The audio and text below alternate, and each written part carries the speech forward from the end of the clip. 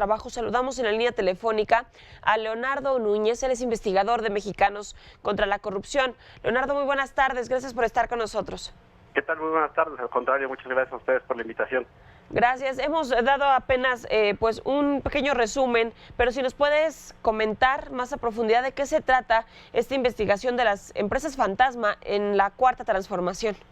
Sí, pues como ya habías mencionado un poco en la nota, lo que hicimos fue revisar los contratos que esta administración ha otorgado y desde hace unas semanas ya teníamos unas ciertas sospechas y ciertas advertencias, porque cuando revisábamos la forma en la que el gobierno entregaba los recursos públicos, resultaba que 3 de cada 4 contratos se entregaban por adjudicación directa en lugar de licitación, y desde ahí pues prendimos las alarmas de que esta administración estaba entregando los recursos de la misma forma que el pasado.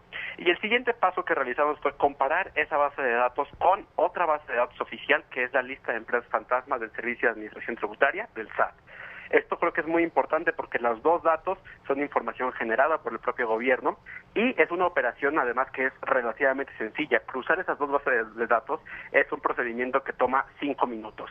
A pesar de eso, a pesar de que es muy fácil, pues no existen los mecanismos para poder detener o para poder evitar que estas empresas obtengan recursos, y por eso, como ya mencionabas y adelantabas, hemos encontrado que hay 5 contratos en lo poquito que va de esta administración que han ido a empresas que fueron boletinadas como fantasmas. Una de ellas, que se llama Índico RT, fue boletinada a finales del año pasado y recibió un contrato de 5 millones de pesos con la Secretaría de Comunicaciones y Transportes, y hay otra empresa que se llama Interacción Biomédica, que esta es más preocupante porque fue boletinada desde 2017, hace 2 años, y a pesar de eso recibió contratos en 2018, pero también recibió contratos en esta administración. Claro. Leonardo, para tratar de entender aquí y también para quienes nos están viendo, ¿en quién recae esta responsabilidad específicamente de cuidar? Dices, es muy sencillo darse cuenta con qué empresas se puede trabajar o no, en este caso boletinadas o no por el SAT. ¿En quién está esta responsabilidad de hacer esta revisión en esta, pues ya, Cuarta Transformación? Aquí hay múltiples niveles de responsabilidad. En primer lugar, el grado más inmediato son los funcionarios públicos involucrados de manera directa en estas contrataciones, porque encontramos que en los procedimientos hubo funcionarios que validaron la información de las empresas cuando ellas solamente lo declararon de buena fe y no hicieron una revisión, digamos, en esta base de datos, y en otros casos encontramos uno de los contratos que pusimos en nuestra investigación en la cual abiertamente la empresa que gana el contrato no había entregado el documento en el cual acreditara su situación ante el SAT, y a pesar de eso los funcionarios incurrieron o más bien otorgaron el contrato. Entonces ahí hay un primer grado de responsabilidad, pero también hay un segundo nivel en el cual pues estos contratos están en cierto sentido apegados a la ley porque no tenemos el marco jurídico que permita cerrar estas ventanas de oportunidad, y por eso tanto en el pasado como en el presente seguimos teniendo empresas fantasmas que pueden colarse y ganar las adjudicaciones o las licitaciones públicas inclusive. Por supuesto, corresponderá, Leonardo, a las autoridades pues competentes realizar la investigación, pero desde tu perspectiva, punto de vista, ¿podría ser pues desconocimiento de esta situación o quizá un dolo, un tipo de comodidad que ya estaban estas empresas pues ya registradas? ¿A qué podría deberse, claro, desde tu punto de vista esta situación? Nuevamente, aquí hay que ir en 2 pistas. Creo que un primer grado de responsabilidad tiene que ver a nivel federal, a nivel macro, en este discurso de combate a la corrupción del presidente, en el cual pues ha apostado por creer o difundir que solamente con la honestidad de él mismo es suficiente para modificar las prácticas, o que con este discurso de barrer las escaleras de arriba hacia abajo es suficiente, sin hacer las reformas necesarias. Entonces ahí hay un primer elemento de quién tiene la culpa y qué se puede hacer también.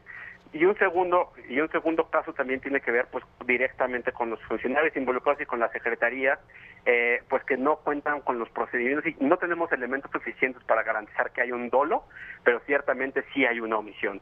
Y hay una omisión, una vez más, porque la ley actualmente lo permite y porque tenemos que hacer modificaciones, porque la honestidad del presidente no basta para estar en los 30,000 contratos que se han firmado hasta el momento, y ni estará para los siguientes 180,000 contratos que se firman en el resto del año. Entonces, esta investigación, más que tratar de ser una crítica al gobierno o un intento de golpeteo, más allá de eso, esto es una señal de advertencia para esta administración, para decirles, Claro. Estamos en el momento oportuno de cerrar las ventanas de la corrupción de manera real, y eso tiene que ser un trabajo conjunto, gobierno, ciudadanía y sociedad civil, porque ya vimos que con lo poco que tenemos hasta el momento, la evidencia nos ha mostrado que no es suficiente lo que se ha hecho hasta el momento. Entonces, es un buen punto para trabajar de manera conjunta y evitar que esta situación suceda hacia adelante, porque creo que tanto el presidente como nosotros, como los ciudadanos, no queremos que haya más corrupción.